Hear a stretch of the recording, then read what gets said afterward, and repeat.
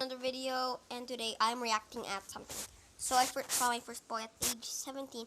Guys, I'm sorry, but this video has to be 5 minutes long, and let's get started.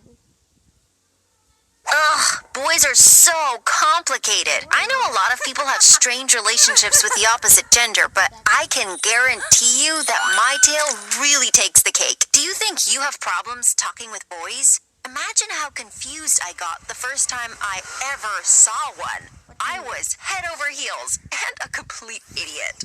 That's right, I didn't see a boy until I was 17. I didn't even know there were other genders besides females. I'm really not kidding.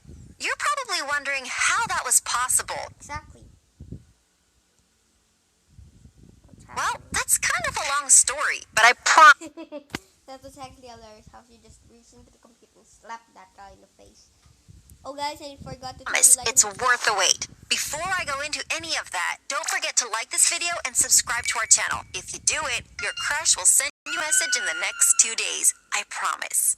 I didn't grow up with the concept of a crush or romance. Instead, I was raised in a very alternative way. When I was just a baby, I somehow ended up in the middle of nowhere in a big house filled with only women and girls. We did everything together. We referred to ourselves as a commune, but in retrospect, a cult. We all wore the same clothes and had our hair done in the same way. We all looked eerily alike. To outsiders, it was like we were all sisters. In actuality, the headmistress decided what we would look like and gave us little makeovers to be her walking bones.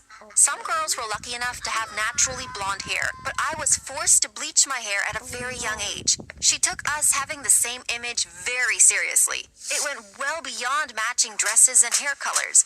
This one time when I was around 8, this girl around my age went off into the woods without telling anyone. That kind of thing was explicitly against the rules.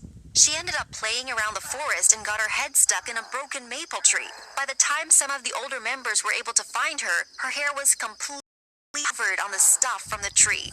After maybe an hour of trying to wash it out, the headmistress came out with a knife and cut it all sloppily off. It looked so bad, but that wasn't the worst part. Aww, that looks so bad. Looks like a boy now. Come on. Next, she ordered us to line up, and one by one, and she started giving everyone the same sloppy haircut. I loved my hair, and when she came to me, I cried as loud as I could. It wasn't my fault. Why was I being punished? There's no I here, the headmistress said as she lopped off my hair, which was already brittle enough from all of the bleaching. She also cut her hair in the end, effectively making us all hideous. That's just what the cult was all about, wiping away our individual. I know this sounds like a nightmare, but for years it was just my life. There were lots of shady things I discovered from time to time, but I never addressed them because I found it normal, or I did for a while at least. One day, I decided to go on my own little adventure. I was only about 8. I didn't see any harm in it. I wasn't supposed to walk away from the farm, but I didn't feel spending another grueling 8 hours tending the crops. I thought I could sneak away for a little bit, so I waited for the headmistress to leave. Next, I told the other girls I had to go to the bathroom, but I actually quickly ducked behind a corner when they weren't looking. The next quickly ran away from the house. I had never been farther than the farm. I expected to see more of the forest or something, but instead I just saw a fence.